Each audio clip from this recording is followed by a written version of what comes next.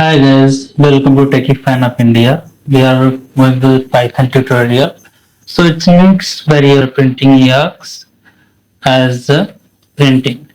And the next variable we are going to take as the same variable as the X only, the shaker. So we have printed like print X and written twice because both the value are difference in between single unit comma or double unit comma. So always consider what is single unit comma. Yeah, A, and we are taking the value of A is this printing here. First is 10, second is 6. That we can see. As per this, we can understand this value is given as the